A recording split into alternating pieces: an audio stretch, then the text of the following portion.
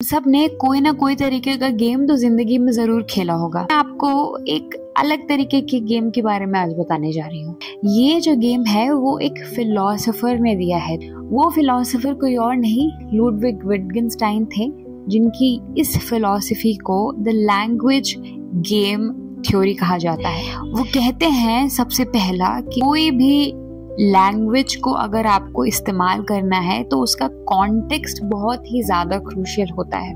मैं जब शब्द आउट बोलती हूँ तो क्रिकेट में उसका कुछ अलग मतलब है, कोर्ट रूम में उसका कुछ और मतलब है। दूसरा उन्होंने बोला था कि भाषा एक एक्शन की तरह होती है, उसका अर्थ तभी निकलेगा जब मैं उसका इस्तेमाल करूँगी।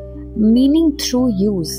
जिस तरीके से मैं चेस खेलती हूँ तो चेस में जैसे हर एक चेस पीस की इम्पोर्टेंस उस चेस बोर्ड गेम में होती है और उन दो प्लेयर्स के बीच में होती है, उसी तरीके से कोई भी लैंग्वेज जब मैं बोलती हूँ तो लैंग्वेज का भी मतलब उसी तरीके से ही होगा जब मैं उसका इस्तेमाल करूंगी। कोई दो लोगों के बीच में या 3 या 4 या ग्रुप डिस्कशन हो रहा है, उन्हीं के बीच में होगा। तीसरा उन्होंने जिसके बारे में बोला है वो है कि कोई भी लैंग्वेज की एक सिंगल डेफिनेशन नहीं होती है। उन्होंने बोला था कि एक फैमिली ऑफ यूज होता है।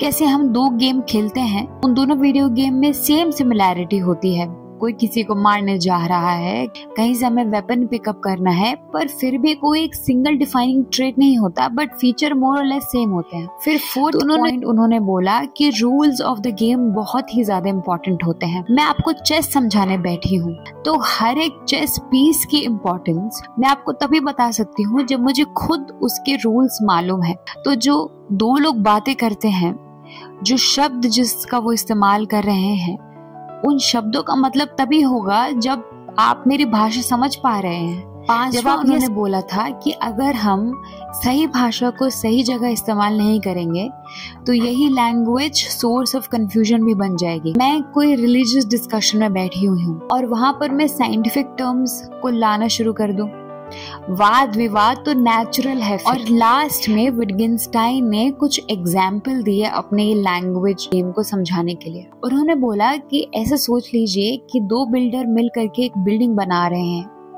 उनके बीच में जो कोऑर्डिनेशन है, ईंट मुझे पास करो, सीमेंट लाओ, ये दोनों के दोनों बात कर रहे हैं। क्या आप ही मेरी बात जो सुन रहे हैं, आपने नोटिस किया कि कॉन्टेक्स्ट है इसका एक? आप फिलॉसफी सुनने में इंटरेस्टेड हैं, आप मेरे शब्द समझ पा रहे हैं। इसी तरीके से वो सारी चीजें जो विटगेनस्टाइन बोल रहे थे वो यहाँ भी अप्लाई हो रही है। लैंग्वेज गेम सच में काम करता है। आप इसके बारे में क्या सोचते हैं? धन्यवाद मुझे सुनने के लिए।